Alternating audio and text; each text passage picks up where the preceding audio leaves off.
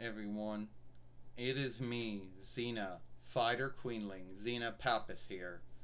And today I'm going to talk about AEW.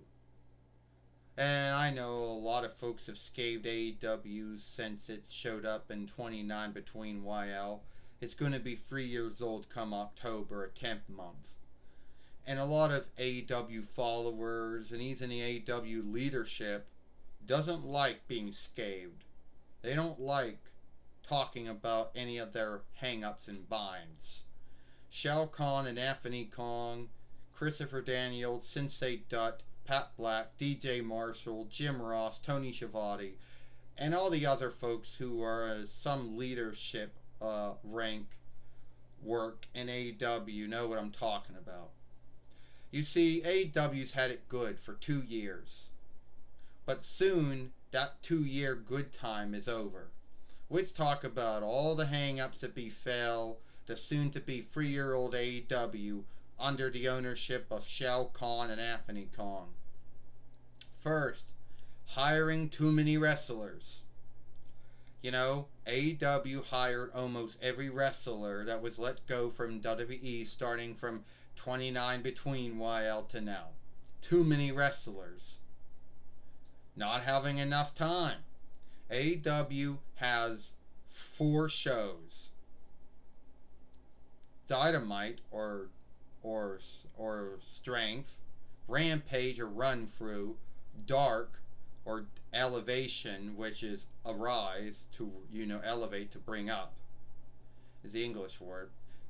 And between the 2 shows on TBS and TNT and the 2 YouTube shows, they don't have enough time for all the wrestlers they have. So what they do, they make true really long yield shows and put every wrestler on the show that they couldn't get in on their Farseer shows and their house shows and their live shows, thinking that they can beat WWE. AEW has had this mindset for 2 years, soon to be 3 years, that they will beat WWE. That their dolls, which are being made by Jax, will outbeat WWE's dolls being made by Mattel. That their films, AEW doesn't have films anymore, but they think that their dolls will outsell WWE's dolls. They think their film games will outsell WWE's film games. They think their yield shows will outbuy WWE's yield shows. And they think that their Farseer shows will be watched more than WWE's Farseer shows. They think their house shows will make more than WWE's house shows. But the truth is, none of that is true. AEW dolls are worth way too much at Walmart or at Target. They're worth way too much on Amazon. Sometimes they're worth way too much at ringside gatherings. Their film games are probably worth way too much too, and are not as cool as they make them out to be. CM Punk. AEW thought they were so cool. Shao Kahn and Anthony Kong and Christopher Daniels thought they were so cool last year when they got a deal with CM Punk to come to AEW. They were going to offshoot from CM Punk winning the ROH heavyweight winnings, the OVW heavyweight winnings, the WWE heavyweight winnings. They were going to offshoot from all of that. And when he did win the AEW heavyweight winnings, then right after he won it, he got wounded. Then when he came back from being wounded, he started bullshit with Adam Page, bullshit with Colt Cabana, bullshit with Kenny Omega and the Young Bucks, Nick and Matt Buck, and then he got wounded again. So much for CM Punk being this great, this wonderful wrestler, which he was going to do outstanding things for AEW. CM Punk's bully, heel, creep, mindset, stand, behavior, whatever you want to call it has not shifted. He was that same way all those years ago. And I know a lot of folks out there like to guilt everyone else and say, oh, CM Punk has a right to be a creep and a bully and a heel. He got fucked over in the and the LWF and the NWA and TNAW and ROH and WWE and UFC and AEW. Oh yeah, he got fucked over. He didn't do anything. They had it out for him. Bullshit. CM Punk started shit with Adam Page. He started shit with Colt Cabana. We all know about their lawful wars with WWE. Then he started shit with then either he started shit with Kenny Omega, Nick Buck, and Matt Buck. Either there's two sides to this saga. One side has it that Kenny Omega, Nick, and Matt Buck came in and wanted to beat him up. Another side was that they were already in the room and he came in and started shit with them. Then, just to make things a little bit more misleading, Ace Steel's wife was in the room with a broken leg. Why the fuck was she in there? I don't know. So he's seeking to keep his wife well when a fight breaks out. CM Punk's dog's in the room. Oh, this is fun. So Kenny Omega, he gets the dog out of the room. Then he goes to stop Ace Steel from beating up on the Young Bucks. He gets his hair pulled and gets it bit on. And then, well, Ace Steel says that Nick or Matt Buck or Kenny Omega threw a seat at him. If that was true, then that's kind of sad. Either way, all of them have been held up. Every one of them.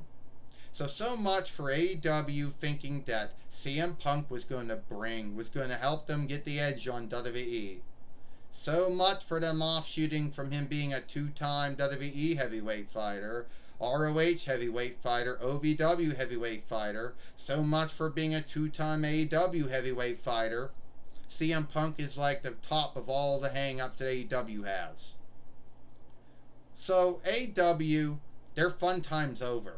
Now they still got wrestlers who are not happy with how they're being booked, how they're being written. And I know a lot of folks like to say, oh, WWE has hang-ups. Yes, WWE has hang-ups and had hang-ups. Some of their hang-ups happen to be Vince McMahon doing all the shit he was doing all those years. Johnny Ace was guilty of some of the stuff too. But you can't kill it anymore. Johnny Ace is fired, Vince McMahon's withdrawed. So you can't bring up WWE's old hang-ups to shield AEW from their hang-ups. And I know Shao Kahn and Anthony Kong and Christopher Daniels and Sensei Dutt and Pat Black and, and DJ Marshall and Jim Ross and Tony Schiavone. They like to think that they can outdo, Stephanie McMahon and Nick Kong and Hunter Hearst Helmsley and Kevin Dunn and Brother Love and Michael P.X. Hayes and Shawn Michaels and Road Dogg and Christina Carrero. But at the end of the day, I don't think they're going to have the skills to outdo them. Some of them have some of them have some. Tony Schiavone and Jim Ross might have more understanding of the wrestling business than I think Christopher Daniels, Nick Black, Pat Black, and Sensei Dutt do. More than TJ Marshall does. And hell, probably a lot more than Shao Kahn and Anthony Kong do. So AEW can kick the can down the hill for some time and think, well, CM Punk's out wounded, we held him up, and when he comes back, he'll behave like a lord again, or he'll behave like a fellow again, and everything will be great. No, CM Punk will come back from being held up, being wounded, and then he'll just start his bullshit again. Him and Adam Page will get into it again. Him and Kenny Omega, Nick Buck, and Matt Buck will get into it again. He'll do some more bullshit, and then you'll fire him. And that'll be the end of it. And then AEW will say, well, so much for us thinking CM Punk was the answers to us getting the edge on WWE. I mean, what did you think, AEW?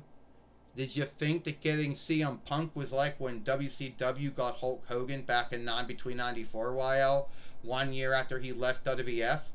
Is that what you thought? That it was your answer to that? Anyway, AEW will never ever beat WWE. They will never ever be at the same rank, never be as big as them. Their dolls, their film games will never ever outsell WWE's dolls or film games. Their live shows or house shows will never outbuy WWE's house shows or live shows. Their Farseer shows will never ever outdo WWE's Farseer shows.